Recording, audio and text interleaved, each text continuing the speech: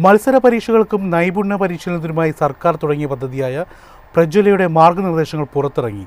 ഒരു വർഷക്കാലം പ്രതിമാസം 1000 രൂപ വീതം ലഭിക്കുന്നതാണ് സ്കോളർഷിപ്പ്. ആദ്യമേ അപേക്ഷിക്കുന്ന 5 ലക്ഷം പേർക്ക് മാത്രമേ ആനുകൂല്യം ലഭിക്കൂ. മത്സര പരീക്ഷകൾക്കും നൈപുണ്യ പരിശീലനത്തിനുമായി യുവാക്കൾക്ക് പിന്തുണ നൽകുന്നതിന്റെ ഭാഗമായാണ് പ്രജ്വല സ്കോളർഷിപ്പ് പദ്ധതി. പദ്ധതിയിലേക്ക് അപേക്ഷിക്കാൻ 18 വയസ്സ് പൂർത്തിയായിരിക്കണം. പരമാവധി പ്രായപരിധി 30 വയസ്സാണ്. +2, VHSC, ITI, ഡിപ്ലോമ, ഡിഗ്രി എന്നിവയ്ക്ക് ശേഷം നൈപുണ്യ പരിശീലനം നടത്തുന്നവർക്കോ PSC ഉൾപ്പെടെയുള്ള മത്സര പരീക്ഷകൾക്കായി തയ്യാറെടുക്കുന്നവർക്കോ ആണ് അർഹത.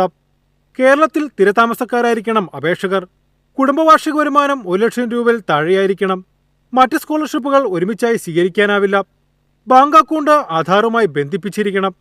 പരിശീലന സ്ഥാപന മേധാവിയുടെ സാക്ഷ്യപത്രം സമർപ്പിക്കേണ്ടത് നിർബന്ധമാണ്. പരീക്ഷകൾക്ക് തയ്യാറെടുക്കുന്നവർ അത് സംബന്ധിച്ച രേഖകളും നൽകേണ്ടതുണ്ട്. ഇടയ്ക്ക് ജോലി ലഭിച്ചാൽ ആനുകൂല്യം ലഭ്യമാകില്ല. എംപ്ലോയ്മെന്റ് ഡയറക്ടറേറ്റാണ് പദ്ധതി നടപ്പാക്കുന്നത്.